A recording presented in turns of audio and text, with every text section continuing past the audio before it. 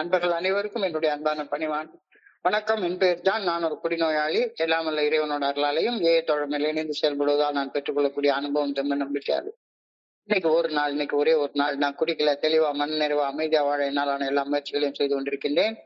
நண்பர் மூர்த்தி குறிப்பிட்டது போல கோயம்புத்தூர் ஒருங்கிணைப்பு குழு மனசாட்சியின் தீர்மானத்தின் அடிப்படையில நாம இந்த இரவு 9:30 to 10:30 ஆன்லைன் மீட்டிங்ல 24 hours a day 24 மணித்துளிகள் ஒரு நாள் அப்படின்ற புத்தகத்துல இருந்து ஒவ்வொரு நாளும் ஒவ்வொரு பக்கமாக எடுத்து வாசிச்சு விளக்கம் பார்த்து கலந்தாய்வு இந்த கூட்டத்தை நடத்தி கொண்டிருக்கின்றோம்.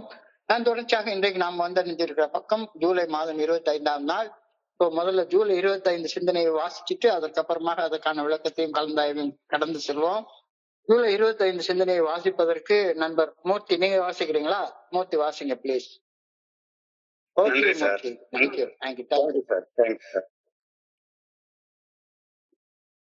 நண்பர்களே, 24 hour today ஆங்கில புத்தகத்தின் தமிழாக்கம் 24 மணித்துளிகள் ஒரு நாள். ஜூலை மாதம் 25ஆம் தேதி. தோழமையின் இன்றைய சிந்தனை.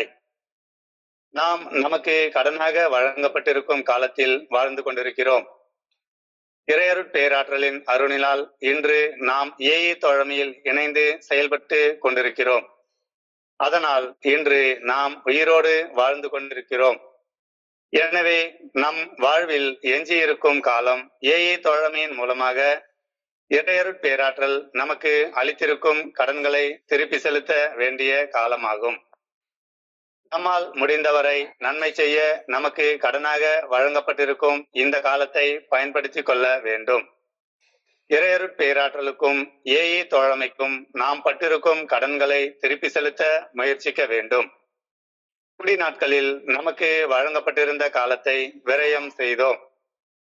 காலம் இன்று நமக்கு கடனாக இறையருட் பேராற்றலால் வழங்கப்பட்டுள்ளது. இன்று நாம் வாழும் காலம் நமக்கு சொந்தமான காலம் அல்ல.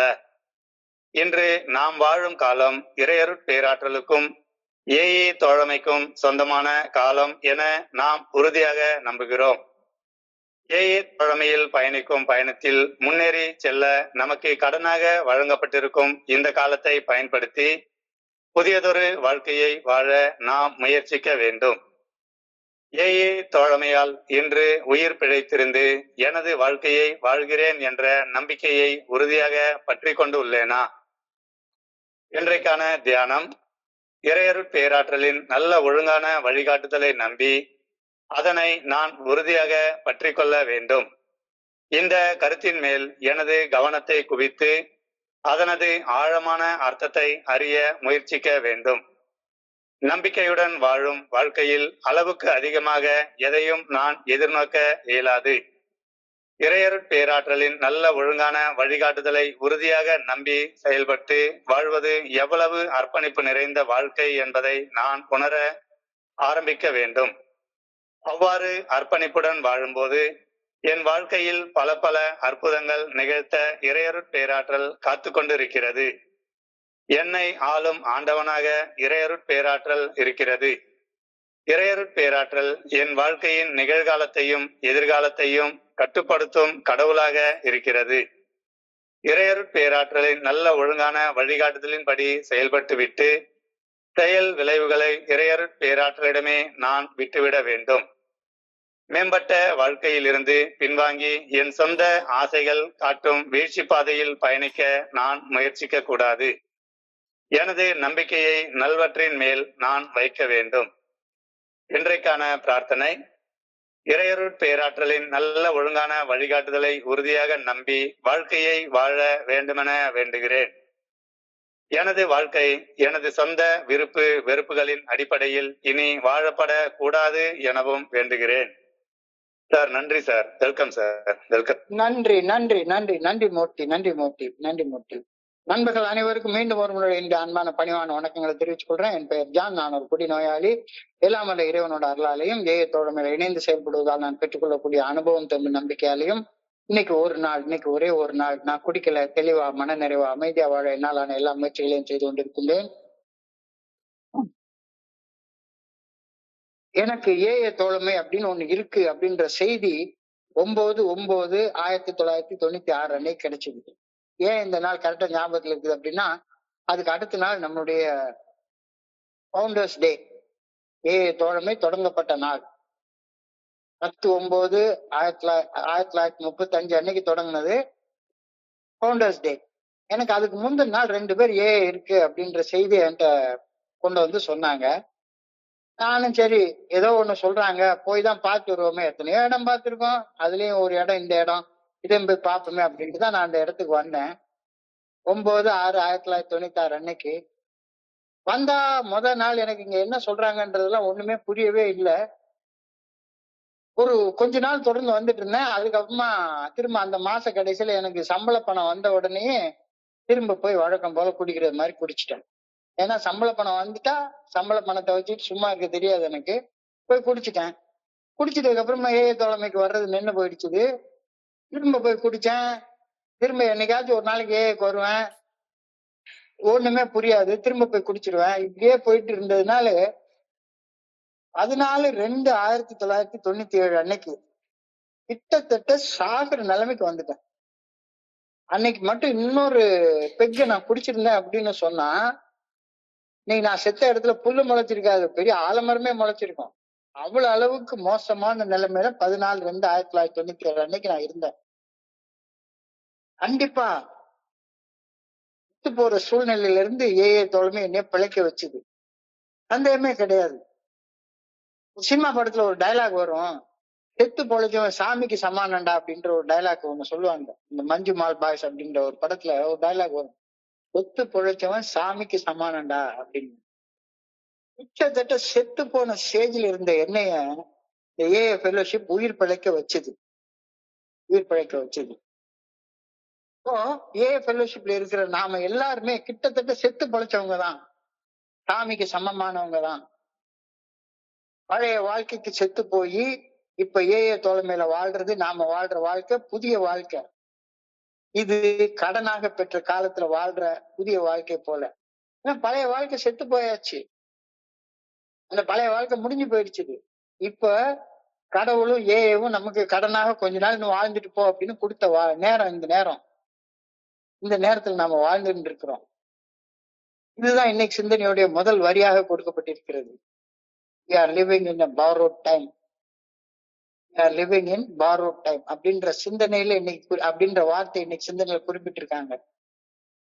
இது மனித உடலுடைய மரணத்தை பற்றிய ஒரு சக்தி வாய்ந்த சிந்தனை அப்படின்றத சந்தேகமே கிடையாது. செத்து போயிருக்க வேண்டிய உடல் இன்னமும் பொழைச்சு வாழ்ந்து கொண்டு இருக்கிறது. என்னைக்கோ செத்து போயிருக்க வேண்டிய உடல் 14/2/1997 அன்னைக்கே செத்து போயிருக்க வேண்டிய இந்த உடல் இன்னமும் உயிர் பொழைச்சு வாழ்ந்துட்டு இருக்கு. ஓ, இந்த சிந்தனை என்னை பயங்காற்ற சிந்தனை இல்லை. இந்த சிந்தனை இருண்ட நோயுற்ற சிந்தனை கிடையாது. மாறாக என்னுடைய வாழ்க்கை ஒரு வரையறுக்கப்பட்ட வளமை மிக்கது அப்படின்ற சிந்தனையை ஆழமாக நினைவூட்டிருக்கு. நீ சாக பிறந்தவன் இல்லடா, வாழ பிறந்தவன்டா அப்படின்ற சிந்தனைய சொல்றாங்க. எனக்கு கடவுள் இன்னும் வாழ்றது கூட கொஞ்சம் நாள் கொடுத்திருக்கிறாரு. வளமையான வாழ்க்கை இன்னும் எனக்கு இருக்கு அப்படின்றது ஆழமாக நினைவூட்டி நிகழக்கூடிய ஒவ்வொரு கணத்தையும் எல்லையற்ற மதிப்பு மிக்கதாக வாழணும் அப்படின்னு இந்த சிந்தனை நமக்கு நிறைவூட்டுது. We are living in borrowed time. இந்த பூமியில என்னுடைய மனித உடல் வாழ போகும் நேரத்திற்கு எந்த வகையான உத்தரவாதமும் கிடையாது. எப்ப தூக்கிட்டு போவாங்கன்னு யாருக்கும் கிடையாது, தெரியவே தெரியாது. என்னைக்கு வேணாலும் நடக்கலாம். நேற்றுக்கு எங்க ஊர்ல ஒரு சின்ன ஆக்சிடென்ட், அட்டுன்னு உயிர் போயிடுச்சு. இது ஸ்பாட் அவுட். இந்த மனித உடல் என்னைக்கு வேணாலும் மரணத்திற்கு ஏதுவானது அப்படின்ற உண்மை மறுக்கவே முடியாது. இந்த மனித உடல் இந்த பூமியில வாழ போற நேரத்திற்கு எந்த விதமான உத்தரவாதமும் கிடையாது அப்படின்ற உண்மைய நான் கண்டிப்பாக ஏற்றுக்கொண்டாக வேண்டும். இந்த சிந்தனை இந்த உலக வாழ்க்கையை நான் அணுகுமுறைய அடியோட மாத்தி அமைக்குது. அப்ப எதிர்காலத்துல என்ன நடக்கும், எவ்வளவு நாள் வாழ போறேன்றதெல்லாம் எனக்கு தெரியாது. அதனால நிகழ்காலத்திற்கு முன்னுரிமை குறித்து வாழ ஆரம்பி. பிரையாரிட்டைஸ் தி பிரசன்ட். நிகழ்காலத்துக்கு முன்னுரிமை குறித்து வாழ ஆரம்பி. உனக்கு கடனாக வாழ்க்கை காலத்தை ஆண்டவன் வழங்கியிருக்காரு. நன்றி உணர்வோட இந்த வாழ்க்கையை அணுகு. ராடிக்கல் கிராட்டிடியூட் அப்படின்ற வார்த்தையை சொல்றாங்க. ஆழமான நன்றி உணர்வு. வாழ்க்கை வாழ்றது ஆழமாக நன்றியோட. என்னைக்கோ செத்து போயிருக்க வேண்டியவன் எனக்கு வாழ்றது கொஞ்ச நாள் கொடுத்திருக்காரு அப்படின்னு சொன்னா அந்த நாட்டுல எவ்வளவு நன்றி உணர்வோட வாழணும். இந்த நாள்ல மறுபடியும் சும்மா உட்காந்து குறை கட்டிக்கிட்டு அடுத்தவங்களை விமர்சனம் பண்ணிக்கிட்டு கோவப்பட்டு பயப்பட்டு பொறாமப்பட்டு காம வசப்பட்டு வீணா தேவையில்லாத உணர்வுகளுக்கு அடிமையாகி வாழ்றது தேவையா? யோசிச்சு பாரு அப்படின்னு சொல்றாங்க.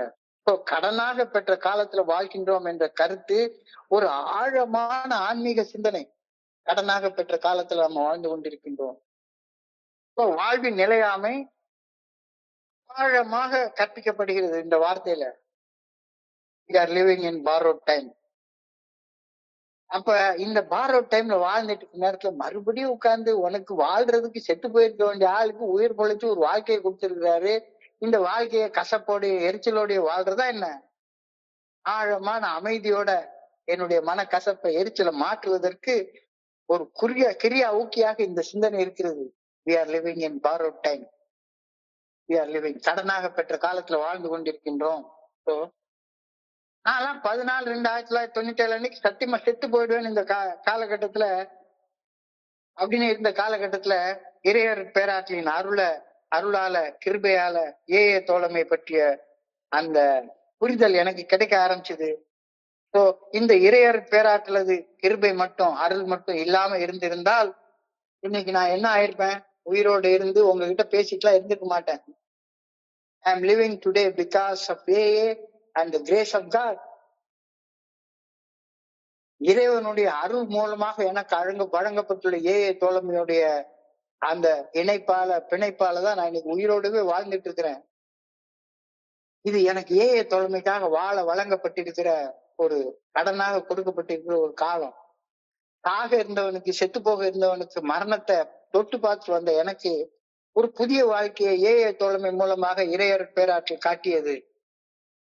அதனால இன்னைக்கு நான் வாழ்ற வாழ்க்கை ஏஏ தோழமை மூலமாக இறையர் பேராற்றல் எனக்கு போட்ட பிச்சை. கடவுள் நமக்கு பிச்சை போடுறாரு அப்படின்ற சிந்தனைய கொஞ்சம் டீசெண்டா நாகரிகமாக இன்னைக்கு சிந்தனையில கொடுத்திருக்காங்க. கடனாக ஆண்டவன் நமக்கு காலத்தை கொடுத்திருக்கிறார் அப்படின்ற கருத்தை அழகாக சொல்லியிருக்கிறாரு. So, what is there left in my life? I owe to AA and to God. So, இனிமேல எஞ்சி இருக்கிற காலம் எனக்கு யாரு வாழ்றதுக்கு கடனாக கொடுக்கப்பட்ட காலம். இல்லாட்டி என்னைக்கோ செத்து போயிருக்கணும். நானு செத்து போன மனுஷனுக்கு கடனாக கொஞ்சம் காலம் வாழ்ந்துக்கோ அப்படின்னு கொடுத்தா அந்த கடன் கொடுத்தவங்களுக்கு நான் கடன் பட்டிருக்கேன் தானே. யாரு கடனா கொடுத்தது? கடவுள் கடனா கொடுத்திருக்கிறாரு. ஏஏ தோழமை மூலமாக அந்த கடனை கொடுத்திருக்கிறாரு. ஏஏ தோழமை மூலமாக கடனை கொடுத்திருக்கிறாரு. இந்த வார்த்தை what is there left in my life I owe to AA and to God. இந்த வார்த்தை என்னுடைய நெஞ்சை ஊடுருவி செல்லக்கூடிய சக்தி வாய்ந்த நன்றி உணர்வை உள்ளத்துக்குள்ளார உருவாக்கக்கூடிய ஒரு வார்த்தை. What is there left in my life I owe to God and to Fellowship of Alcoholics Anonymous. இப்ப என் கையில என்ன இருக்கோ அது கடவுளும் ஏஏவும் எனக்கு போட்ட பிச்சை. இரவல் கொடுத்த நேரத்துல நம்ம வாழ்ந்து கொண்டிருக்கின்றோம். Living in borrowed time. இரவல் கொடுத்து இந்த நேரத்துல வாழ்ந்து கொண்டிருக்கின்றோம். நான் இன்று இந்த உலகத்துல உயிர் பிழைச்சி மது போதையற்ற உடல் நிதானத்தோடையும் மனத்தெளிவோடையும் வாழ்வது ஏஏ தோழமை பரிந்துரைக்கக்கூடிய 12 படிகள் அடங்கிய மீட்புடன் செயல் திட்டத்தை வாழ்க்கையாக வாழ்வதுடைய நேரடி விளைவு. டைரக்ட்,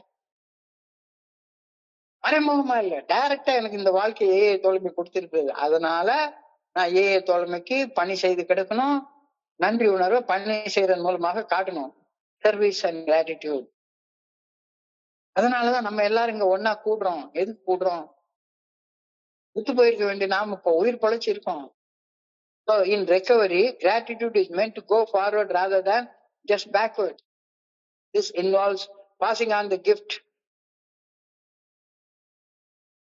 அதாவது குடிநோயின் பாதிப்புகள் இருந்து மீட்படையும் பயணத்துல நன்றி உணர்வு நம்மளை மேல நோக்கி கொண்டு போகணும்.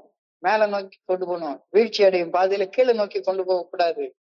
ஸோ குடிநோயின் பாதிப்புகள் இருந்து மீட்படையும் பயணத்துல நன்றி உணர்வு பின்னோக்கி செல்வதை தவிர்த்து நம்மளை மேல நோக்கி முன்னோக்கி செல்வதை குறிக்கின்றது. In recovery, gratitude is meant to go forward rather than just be going backward.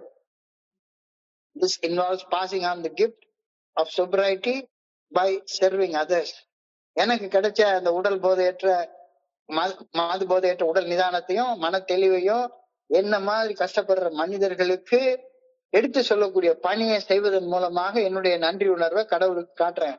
இப்போ இந்த பணி செய்வதற்காக எனக்கு இந்த கடனாக காலம் வழங்கப்பட்டிருக்கிறது அப்படின்ற கருத்தை நீங்க சொல்லியிருக்காங்க.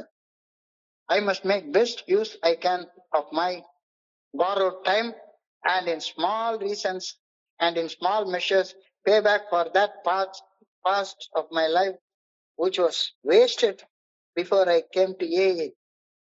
நல்லா யோசிச்சு பார்ப்போம். நம்ம ஏஏ தோழமைக்கு வர்றதுக்கு முன்னால வாழ்ந்த வாழ்க்கை, அந்த காலத்தை மன அமைதியோடையும் மன நிம்மதியோடையும் நிறைவோடையும் நம்ம வாழவே இல்லை. விரயம் செய்துட்டோம், கால விரயம் செய்துட்டோம். அப்ப நமக்கு இறைவன் வாழ்றதுக்கு ஒரு வாய்ப்பை கொடுத்திருக்கிறாரு. அந்த வாய்ப்பை நம்ம பயன்படுத்தவே இல்லை. வாய்ப்பை பயன்படுத்தாததுனால சாகிற லெவலுக்கு போயிட்டோம்.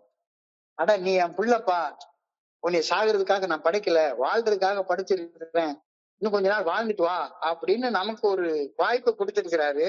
இப்போ நமக்கு இறையர் பேராற்றல் வாழ கடனாக காலத்தை வழங்கியுள்ளது. இறந்து போயிருக்க வேண்டிய எனக்கு வாழ்வாங்கு வாழ ஒரு வாய்ப்பு வழங்கப்பட்டுள்ளது. இந்த வாய்ப்பை நான் தவற விட்டு விடக்கூடாது. நான் குடிக்கிற காலத்துல குடிச்சு குடிச்சு குடிச்சு குடிச்சு காலத்தை விரயம் செய்துட்டு தான் இருந்தேன். உருப்படியா ஒரு காரியம் செய்யல, காலத்தை விரயம் செய்து கொண்டிருந்தேன். இப்ப எனக்கு கடனாக உயிர் வாழ்றது கூட கொஞ்சம் காலம் கொடுத்துருக்காங்க. இந்த காலத்தை அதே மாதிரிதான் வேஸ்ட் பண்ணணுமா, விரயம் செய்யணுமா? கொஞ்சம் யோசிச்சு பாருங்க.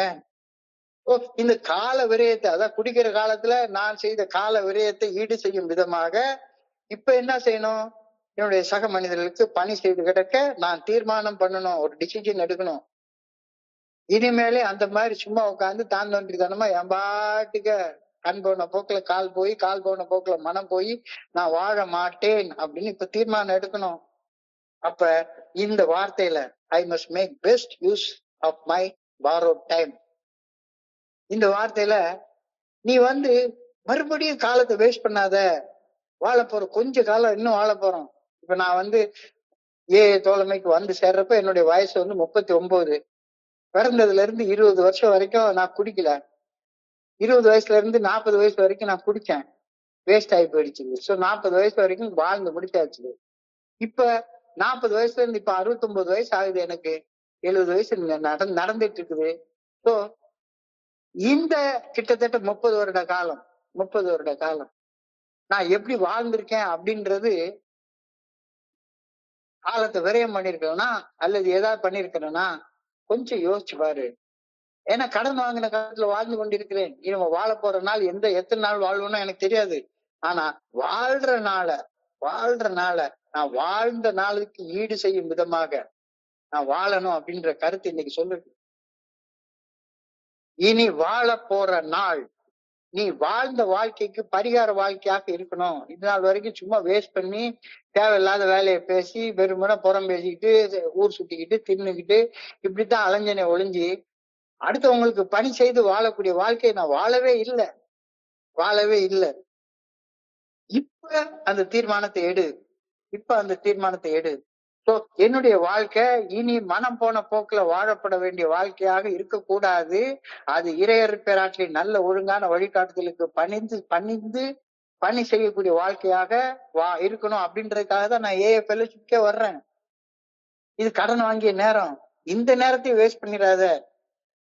So our life from now on are not our own. இது வெறுமனை நான் தாந்தோண்டித்தனமாக என்னுடைய மனம் போன போக்குல நான் வாழக்கூடாது. நான் ஏஏ தோழமையில இனி என்னுடைய வெறுப்பு அடிப்படையிலான வாழ்க்கையை வாழக்கூடாது அப்படின்ற கருத்தை இன்னைக்கு சிந்தனையில அழகா ஆழமாக சொல்லியிருக்கிறாங்க.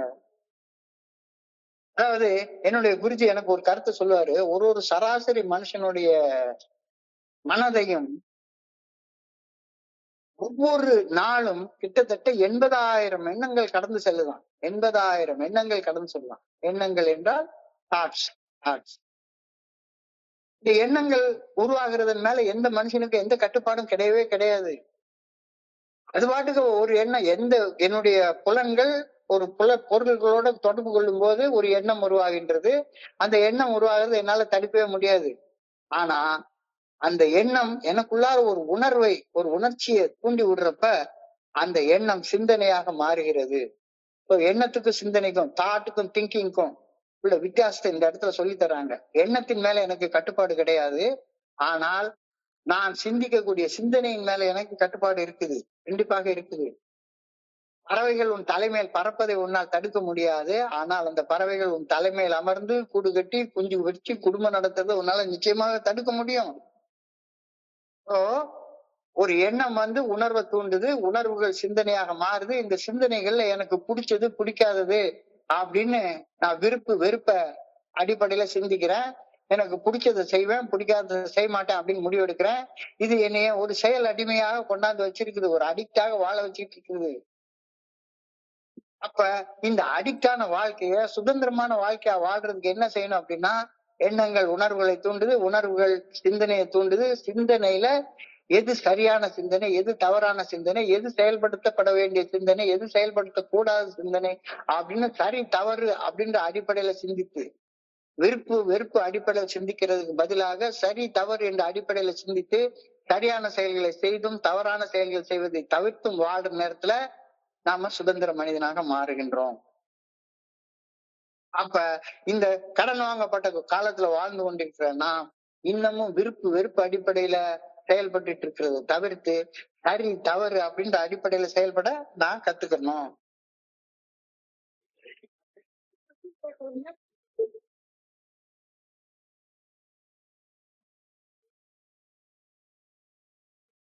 So we hold them in trust for the good orderly direction of God and AA, and we do all we can forward great movement that has given to us a lease of life. இந்த புதிய வாழ்க்கை நமக்கு இப்ப கொடுக்கப்பட்டிருக்கிறது. இந்த புதிய வாழ்க்கையில மறுபடியும் நாம தாழ்ந்தோண்டித்தனமா பிடிச்சதை செய்வேன், பிடிக்காததை செய்ய மாட்டேன் அப்படின்ற அந்த நிலைமையில வாழாம சரியானதை செய்வேன், தவறானதை செய்ய மாட்டேன் அப்படின்ற அந்த விஷயத்த நம்ம கத்துக்கணும் அப்படின்றாங்க. ஸோ இறைவனுடைய நல்ல ஒழுங்கான வழிகாட்டுதல் மட்டும்தான் எது சரியானது எது தவறானதுன்றதை காட்டும். மனசுடைய வழிகாட்டுதல் எனக்கு பிடிச்சது எது பிடிக்காதது எதுன்றதை காட்டும். சோ மனசு போன போக்குல போனா பிடிச்சதை செய்வேன், பிடிக்காததை செய்ய மாட்டேன் அப்படின்ற நிலையில வாழ்ந்து கொண்டிருப்பேன். ஆனா கடவுளுடைய நல்ல ஒழுங்கான வழிகாட்டுதலின் அடிப்படையில வாழ்ற நேரத்துல சரியானதை செய்வேன், தப்பானதை செய்ய மாட்டேன் அப்படின்ற நிலைமைக்கு நான் வர்றேன். My holding my trust in the good orderly direction of God and the life given to me by the 12-step recovery program. தோழமையில இன்னைக்கு உயிர் பிழைச்சு வாழ்ந்து கொண்டிருக்கின்றேன். இந்த வாழ்க்கைய கடவுளுடைய நல்ல ஒழுங்கான வழிகாட்டுதலுக்கு பணிந்து சரியானதை செய்து தவறானதை செய்யாம வாழ்ந்து கொண்டிருக்கின்றேனா, இறைவனுடைய நல்ல ஒழுங்கான வழிகாட்டுதலின் மேல உறுதியான நம்பிக்கை வச்சு சரியானதை செய்து தவறானதை செய்யறதை தவிர்த்து வாழ்ந்து கொண்டிருக்கின்றேனா, இல்ல தப்புனாலும் சரிதான் எனக்கு பிடிக்கும் அதை செய்வேன், சரினாலும் சரிதான் எனக்கு பிடிக்காது அதனால செய்ய மாட்டேன் அப்படின்னு வாழ்ந்துட்டு இருக்கிறேனா, எப்படி வாழ்ந்துட்டு இருக்கிறேன் என்ன நானே கொஞ்சம் ஆழமாக சிந்திச்சு பாக்குற நேரத்துல தியானத்துக்கு கடந்து போ. இன்னமும் நீ வெறுப்பு அடிப்படையில செயல்பட்டு கொண்டிருக்கிற, சரி தவறு அடிப்படையில செயல்படல அப்படின்னு சொன்னா தியானத்துக்கு கடந்து போ. இறையருட்பேராற்றலின் நல்ல ஒழுங்கான வழிகாட்டுதலை உறுதியாக நம்பி அந்த வழிகாட்டுதலுக்கு பணிந்து செயல்பட்டு வாழ்வதற்கு தீர்மானித்து வாழக்கூடிய வாழ்க்கை ஒரு ஆன்மீக அர்ப்பணிப்பு நிறைந்த வாழ்க்கை. இதுதான் லைஃப் ஆஃப் சரண்டர்னு சொல்றாங்க. எங்களது சித்தத்தையும் எங்களது வாழ்க்கையும் நாங்கள் புரிந்து கொண்ட இறைவனின் பாதுகாவலில் ஒப்படைக்க தீர்மானித்து வாழ ஆரம்பித்தோம். மூன்றாவது படிநிலை பரிந்துரையுடைய இந்த சாராம்சத்தை இந்த தியானத்துடைய முதல் வரியாக சொல்லியிருக்காங்க.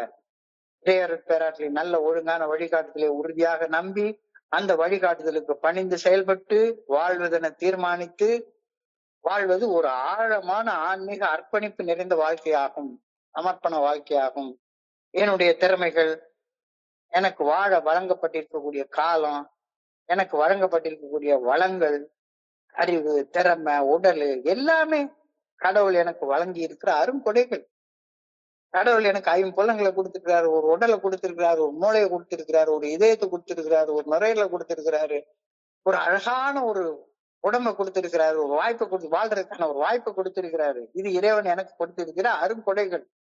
இதை ஆழமாக உணர்ந்து என்னுடைய கவனத்தை தன்னலம் தன்முனைப்பிலிருந்து விலக்கி, செல்ஃபிஷ்னஸ் செல்ஃப் சென்டர்னஸ்ல இருந்து விலக்கி, ஈகோல இருந்து விலக்கி, இறையர் பேராற்றில் நல்ல ஒழுங்கான வழிகாட்டுதலுக்கு பணிந்து வாடும் சார்பு நிலைக்கு மாற்றுவதுதான் இன்றைய தியானத்தின் மைய கரு. கடன் வாங்கப்பட்டிருக்கிற காலத்துல வாழ்ந்துட்டு இருக்கிற, இன்னமும் அதே பழைய வாழ்க்கையை வாழாத, எந்த வாழ்க்கை உன்னைய சாவுக்கு கொண்டு போச்சுதோ அதே வாழ்க்கையை இன்னும் வாழ்ந்துட்டு இருக்காத. மாத்து, வாழ்க்கையை மாத்து. நல்லா யோசிச்சு பார்த்துக்கோ. உனக்கு நிறைய திறமைகள் இருக்கு. உனக்கு வழங்கப்பட்டிருக்கிற ஒரு காலம் இருக்கு. இப்பவும் உனக்கு ஒரு காலம், எல்லாரும் காது கொடுத்து கேட்டுட்டு இருக்கோம் இந்த சிந்தனைய. நமக்கு ஒரு காலம் வழங்கப்பட்டிருக்கிறது. நமக்குன்னு நிறைய வளங்கள், ஒவ்வொருத்தருக்கும் வாழ்றதுக்கான வளங்கள் கொடுக்கப்பட்டிருக்கின்றன. இது எல்லாமே கடவுள் நமக்கு கொடுத்திருக்கிற அருங்கொடைகள். இந்த நமக்கு கொடுக்கப்பட்டிருக்கிற எல்லாமே, நமக்கு கொடுக்கப்பட்டிருக்கிற காலம் உட்பட கடவுளுடைய கொடை என்பதை உணர்ந்து, இந்த காலத்துல, இந்த எக்ஸ்டெண்டட் பீரியட்ல, பாரோட் டைம்ல தன்னலம் தன்முனைப்பிலிருந்து வாழ்வதை விலக்கி பிறர் நலம் பணியோட வாழ்றதற்கு, இறைவனுடைய நல்ல ஒழுங்கான வழிகாட்டுதலுக்கு பணிந்து வாழும் சார்பு நிலைக்கு மாறுவதுதான் இன்றைய சிந்தனையுடைய மைய கரு. I should hold my trust in God. இறையர் பேராற்றின் நல்ல ஒழுங்கான வழிகாட்டுதலை உறுதியாக நம்பி அதனை உறுதியாக நான் பற்றி கொள்ள வேண்டும். படுறதை விட்டுறணும். ரெடியூஸ்ட் ஆங்ஸைட்டி, அதிகரித்த தெளிவு, இன்க்ரீஸ் கிளாரிட்டி, ஆழ்ந்த அர்த்தம், டீப்பர் மீனிங். வாழ்க்கைக்கு அர்த்தம் இல்லாதது ஒண்ணும், அர்த்தம் இல்லாத வாழ்க்கை கிடையாது. இது ஆழமான அர்த்தம் நிறைந்த வாழ்க்கை. இப்போ இறையர் பேராற்றல் அல்லது சக்தியே, இந்த பிரபஞ்சத்தையே இயக்கக்கூடிய பேராற்றலின் சக்தி தான் எனக்குள்ளார அருவமாக இருந்து, இந்த பிரபஞ்சத்தை இயக்கக்கூடிய சக்தி இப்ப என்னை இயக்கிக்கிட்டு இருக்கிறது. இது என்னுடைய உறுதியான நம்பிக்கையாக அமையணும். Is anything too much we expect for such life? அப்ப எனக்கு எல்லாமே கொடுத்திருக்கிறாரு. ஆனா இன்னமும் என் மனசு என்ன நினைச்சிட்டு இருக்கு? ஒரு பொண்டாட்டி பத்தாது, 1 கோடி ரூபாய் பத்தாது, ஒரு கார் பத்தாது, எதுவுமே பத்தாது அப்படின்னே நினைச்சிட்டு இருக்கு. சோ இறையர் பேராற்றலின் நல்ல ஒழுங்கான வழிகாட்டுதல் எனது மனசாட்சியின் மூலம் வெளிப்படுத்தப்படுகின்றது என்ற மறை உண்மையை உறுதியாக நம்பி, மனசாட்சி உறுத்தும் செயல்களை செய்யாமலும், மனசாட்சி சரி என சொல்லும் செயல்களை செய்தும் பணிவுடன் வாழும் மனிதர்களின் வாழ்க்கையில நடக்கக்கூடிய செயல் விளைவுகளுக்கு பேர் தானே அற்புதம். எனக்கு ஒண்ணுமே நடக்கல, என் பக்கத்து வீட்டுக்காரனுக்கு அற்புதமா நடந்துட்டே இருக்கு அப்படின்னு நான் நினைச்சேன் அப்படின்னு சொன்னா, நான் தானே என்னை நானே ஏமாத்தி கொள்றேன். இன்னமும் ஒரு டெடிகேட்டட் லைஃப் நான் வாழ ஆரம்பிக்கவே இல்லை. Have I begun to see how dedicated life in trust of God can be? இறைவனுடைய நல்ல ஒழுங்கான வழிகாட்டுதலை நம்பி அந்த வழிகாட்டுதலுக்கு பணிஞ்சு மனசாட்சி உறுத்தக்கூடிய செயல்களை செய்யாமலும், மனசாட்சி சரின்னு சொல்லக்கூடிய செயல்களை செய்தும் வாழக்கூடிய வாழ்க்கையை உருவாக்கக்கூடிய விளைவுகளை நான் இன்னும் நம்பவே இல்லை. மனசாட்சி உறுத்துற செயலை செஞ்சுக்கிட்டே இருக்கிறேன், மனசாட்சி சரின்னு சொல்லக்கூடிய செயலை செய்யாமலே இருக்கிறேன். சோ இந்த கருத்து தெளிவாக இன்னைக்கு சொல்லப்பட்டிருக்கிறது. Do you begin to see how dedicated a life must be for God? In such life, miracles happen. வாழ்க்கை இறைவனுக்கு பணிந்து வாழப்படுகிறதோ அவங்களுடைய வாழ்க்கையில அற்புதங்கள் நிகழ்கின்றன. If you are faithful, you can believe that God has many things in store for you. நம்பினால் நடக்காது எதுவுமே கிடையவே கிடையாது. நம்பினோர் கெடுவதில்லை, 4 மறை தீர்ப்பு. So God has many things in store for me. God can be Lord of my life. இறையர் பேராற்றல் என்னுடைய வாழ்க்கையை ஆட்சி செய்யக்கூடிய ஆண்டவனாக இருக்கின்றார். இறையர் பேராற்றல் என்னுடைய வாழ்க்கையை ஆண்டு வழி நடத்தக்கூடிய ஆண்டவனாக இருக்கின்றார். God can be my lord in my life, controller of my days. என்னுடைய வாழ்க்கையை அவர் கட்டுப்பாட்டுக்குள்ளார வச்சிருக்கிறாரு. நான் எப்ப பிறக்கணும், எப்ப சாகணும், எப்ப என்ன செய்யணும், எல்லாமே அவருடைய கட்டுப்பாட்டுக்குள்ளார இருக்கிறது. நிகழ்காலமும் சரி, என்னுடைய எதிர்காலமும் சரி, இறைவனுடைய கட்டுப்பாட்டுக்குள்ளார இருக்குது. அழகா எழுதியிருக்காங்க, God has many things in store for me. God can be my Lord of my life, controller of my days, my present and my future. எல்லாமே அவருடைய கட்டுப்பாட்டுக்குள்ளார இருக்குது. So try to act as God guides and leave the results to him. மறுபடியும் மறுபடியும் மறுபடியும் மறுபடியும் நான் எல்லாமே கடைசியில காட் அப்படின்றத குட் ஆர்டர்லி டைரக்ஷன், நல்ல ஒழுங்கான வழிகாட்டுதல் அப்படின்னு நினைச்சுக்கிட்டேன்னா, அந்த நல்ல ஒழுங்கான வழிகாட்டுதலுக்கு பணிந்து செயல்பட்டு முடிச்சிடு, அவ்வளவுதான். விளைவுகள் தானாக நடக்கும். விளைவுகள் இறைவனுடைய கட்டுப்பாட்டுல இருக்குது, அவர் நடக்கும். Try to act as God guides you and leave the results to him. Do not hold back, but go all out for God and better life. எவ்வளவு முடியுமோ அவ்வளவு முடியறதுக்கு பணி செய்ய உன்னை நீ அர்ப்பணிச்சுக்கோ, உன்னை நீ அர்ப்பணிச்சுக்கோ. நம்பு நம்பு நம்பு, நம்பினோர் கெடுவதில்லை, 4 மறை தீர்ப்பு. நம்பினோர் கெடுவதே கிடையவே கிடையாது, கெடுவே கிடையாது. ஓ, இதை தொடர்ந்து இன்னைக்கு பிரேயருக்கு போறாங்க. I pray that I may hold my life in trust of God. I pray that I may hold my life in trust of God. இறையர் பேராற்றின் நல்ல ஒழுங்கான வழிகாட்டுதலை உறுதியாக நம்பி வாழ்க்கையை வாழ வேண்டும் என ஆண்டவா உண்மை பணியோடு வேண்டிக் கொள்கின்றேன்.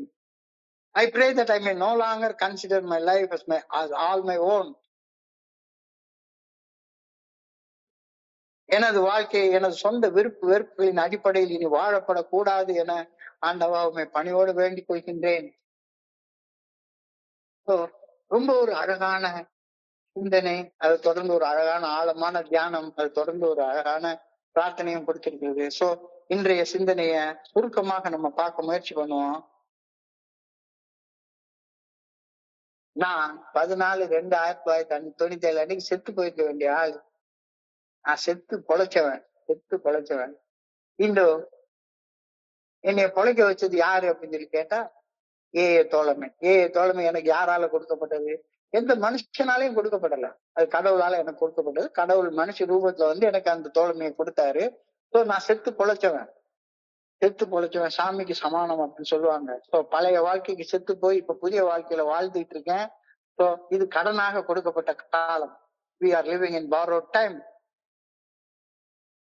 இந்த மனித உடலின் மரணத்தை பற்றிய ஒரு சக்தி வாய்ந்த உளவியல் சிந்தனை இந்த சிந்தனையாகும். We are living in borrowed time.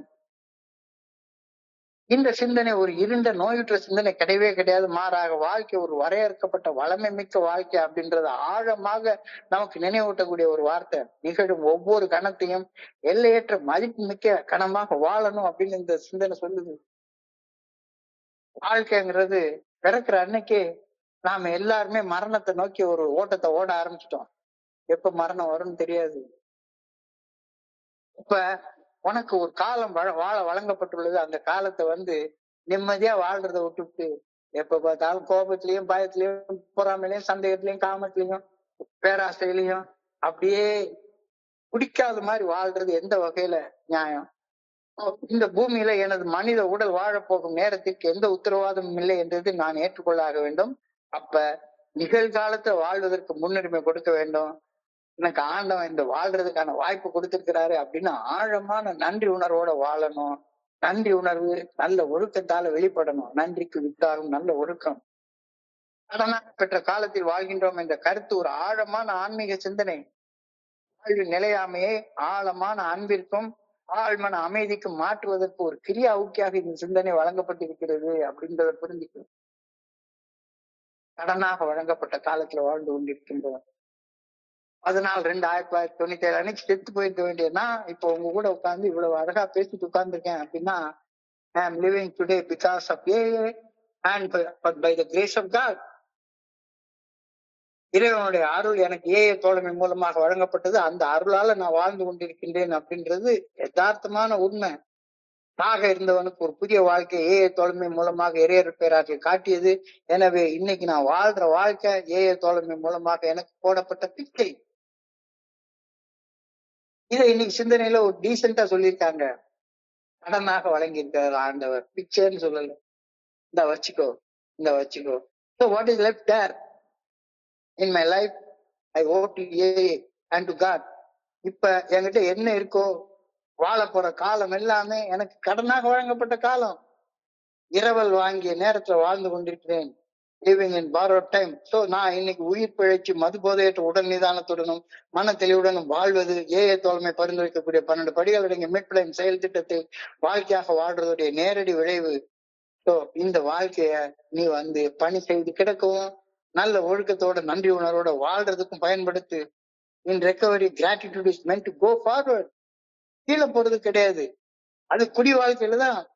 குடி வாழ்க்கையில கீழே கீழே கீழே கீழே கிளப்பி வாங்கிட்டு இருந்தோம். So this recovery life involves passing on the gift of sobriety by serving others. பணி செய்து கிடப்பதால எனக்கு கிடைச்ச அந்த கொடைய எல்லாருக்கும் பகிர்ந்து கொடுக்கிற வேலையை செய்யறதுக்காக தான் இந்த கடனாக இந்த காலத்தை ஆண்டவன் வழங்கி இருக்கிறாரு. குடிநோயின் பாதிப்புகள் இருந்து மீட்படையும் பயணத்துல நன்றி உணர்வு என்னை வீழ்ச்சி பாதையில கொண்டு போக விடக்கூடாது, வளர்ச்சி பாதையில கொண்டு போறதுக்கு நான் என்னால செய்யணும். அதுதான் நன்றி உணர்வோட வாழ்றது அப்படின்ற கருத்து இன்னைக்கு சொல்லப்பட்டிருக்கிறது. I must make best use I can of my borrowed time and in all small measures I must pay back. திரும்ப நான் கொடுக்கணும். இவ்வளவு நாளைக்கு காலத்தை விரயம் பண்ணிட்டு வாழ்ந்துட்டு இருந்தேன். இன்னைக்கு அந்த கால விரயத்தை சரி பண்ணணும். இவ்வளவு நாளைக்கும் தாண்டவண்டித்தனமா மனம் போன போக்குல வாழ்ந்துட்டு இருந்தேன். எனக்குள்ளார எழக்கூடிய எண்ணங்கள் எனக்குள்ளார சில உணர்வுகளை தூண்டும். அந்த உணர்வுகள் எனக்குள்ளார சிந்தனையை தூண்டும். அந்த சிந்தனையில எனக்கு பிடிச்ச சிந்தனை, பிடிக்காத சிந்தனை, பிடிச்சது செய்வேன், பிடிக்காத செய்ய மாட்டேன். ஒரு செயல் அடிமையாக, ஒரு அடிக்டாக வாழ்ந்து கொண்டிருந்தேன். இந்த வாழ்க்கை அப்படியே மாற்றுறதுதான் நன்றி உணர்வு அப்படின்னு இன்னைக்கு சிந்தனை சொல்லியிருக்காங்க. எண்ணங்கள் உணர்வுகளை தூண்டுகின்றன, உணர்வுகள் சிந்தனையை தூண்டுகின்றன. அந்த சிந்தனையை மனசாட்சிக்கு பணியவை. சரி தவறுன்னு சிந்திச்சு பாரு, சரியானதை செய், தப்பானதை செய்யாத. அப்ப நீ சுதந்திரமிக்க மனிதனாக மாறுவ. அப்படி வாழ்றதுக்காக நீ முயற்சியை பண்றியா? am I holding my life in trust of AA? இறைவனுடைய நல்ல ஒழுங்கான வழிகாட்டுதலுக்கு பணிந்து சரி எது தவறு எது என்று சிந்தித்து செயல்பட்டு வாழ ஆரம்பிக்கிறியா? இல்லைன்னா தியானத்துக்கு போ. இறையர் பேராற்றின் நல்ல ஒழுங்கான வழிகாட்டுதலை உறுதியாக நம்பி அந்த வழிகாட்டுதலுக்கு பணிந்து செயல்பட்டு வாழ்வதென தீர்மானிப்பது ஒரு ஆழமான ஆன்மீக சரண்டர், அர்ப்பணிப்பு நிறைந்த வாழ்க்கை. எனக்கு கொடுக்கப்பட்டிருக்கிற எல்லாமே இறைவன் எனக்கு கடனாக கொடுத்தது. என்னுடைய திறமைகள், எனக்கு வாழ வழங்கப்பட்டிருக்கிற காலம், எனக்கு வழங்கப்பட்டிருக்கிற வளங்கள் எல்லாமே எல்லாமே எல்லாமே இறைவனுடைய அருங்கொடைகள். இதனை ஆழமாக உணர்ந்து என்னுடைய கவனத்தை தன்னலம் தன்முனைப்பு அதிலிருந்து விலக்கி பிறர் நலம் பணி செய்து கிடக்கிறதுல அந்த கவனத்தை செலுத்தி இதனுடைய நல்ல ஒழுங்கான வழிகாட்டுதலுக்கு பணிந்து வாழும் சார்பு நிலைக்கு மாறுவதுதான் இன்றைய தியானத்துடைய மைய கரு. I should hold my life in trust of God. இந்த God என்றால் குட் ஆர்டர்லி டைரக்ஷன். இறைவனுடைய நல்ல ஒழுங்கான வழிகாட்டுதலை உறுதியாக நம்பி என்னுடைய வாழ்க்கையை நான் வாழணும். அப்படி வாழ ஆரம்பிச்சேன்னா எனக்கு கவலையே கிடையவே கிடையாது. கவலை குறைஞ்சு போயிடும், தெளிவுத்தன்மை அதிகரிக்க ஆரம்பிக்கும், வாழ்க்கைக்கு ஒரு ஆழமான அர்த்தம் கிடைக்கும். அர்த்தம் கட்டத்தனமா நான் வாழ்றது கிடையாது. எதுக்காக இங்க உட்கார்ந்து நான் பேசிட்டு இருக்கேன்? எல்லாத்துக்கும் ஒரு அர்த்தம் உண்டு. இறையர் பேராற்றின் சக்தியை அருவமாக என்னுள் இருந்து அனைத்தையும் இயக்குகின்றது அப்படின்ற நம்பிக்கை உறுதியாக நான் பற்றியிருக்க வேண்டும். Anything too much to expect from such a life? இறையர் பேராற்றின் நல்ல ஒழுங்கான வழிகாட்டுதல் என்னுடைய மனசாட்சியின் மூலம் வெளிப்படுத்தப்படுகின்றது என்ற மறை உண்மையை உறுதியாக நம்பி மனசாட்சி உறுத்தக்கூடிய செயல்களை செய்யாமலும் மனசாட்சி சரின்னு சொல்லக்கூடிய செயல்கள் செய்தும் பணியோட வாழக்கூடிய வாழ்க்கையில எதுதான் அற்புதம் கிடையாது? எல்லாமே அற்புதம் தான், எல்லாமே ஆற்றல் தான். Do I begin to dedicate my life? இந்த அர்ப்பணிப்பு உணர்வோட என்னுடைய வாழ்க்கையை நான் வாழ ஆரம்பிக்கின்றேனா அப்படின்ற சிந்தனை இன்னைக்கு ரொம்ப ஆழமாக கொடுக்கப்பட்டிருக்கிறது. அதை தொடர்ந்து அழகான prayer, I pray that I may hold my life in trust for God. இறையர் பேராட்டின் நல்ல ஒழுங்கான வழிகாட்டுதலை உறுதியாக நம்பி என்னுடைய வாழ்க்கையை நான் வாழ வேண்டும் என ஆண்டவா பணியோடு வேண்டிக் கொள்கின்றேன். I pray that I may no longer consider my life all as my own. எனக்கு கடனாக வழங்கப்பட்டிருக்கிற காலம் இது என்னுடைய சொந்த விருப்பு அடிப்படையில வாழ்றதுக்காக கொடுக்கப்பட்ட காலம் இல்ல. என்னுடைய வாழ்க்கை என்னுடைய சொந்த வெறுப்புகளின் அடிப்படையில இருக்காம சரி தவறு என்ற அடிப்படையில் இனி வாழப்பட வேண்டும் என ஆண்டவா உண்மை பணியோடு வேண்டிக் கொள்கின்றேன் என்ற பிரார்த்தனையோட இன்றைய சிந்தனை முடிஞ்சிருக்குது. இன்றைய சிந்தனையை படிக்கிறப்ப என் மனதை கடந்து சென்ற சிந்தனைகளை உங்களோட பகிர்ந்து கொள்ள இந்த அழகான அற்புதமான வாய்ப்பு வழங்கிய குழுவிற்கு என்னுடைய பணிவான நன்றிகளை தெரிவித்துக் கொள்றேன். இதுவரைக்கும் பொறுமையாக கேட்ட ஒவ்வொரு நண்பருக்கும் என்னுடைய பணிவான நன்றிகள். இந்த இரவு பொழுது நண்பர்களுக்கு இனிமையான இரவாக அமையணும்னு இறைவனை பணியோட வேண்டிக் கொள்கின்றேன். நன்றி நன்றி நன்றி நன்றி நன்றி நன்றி. வாழ்க வையகம், வாழ்க வளமுடன். Thank you so much, thank you so much. Over to you Chockalingam. Thank you so much, thank you so much.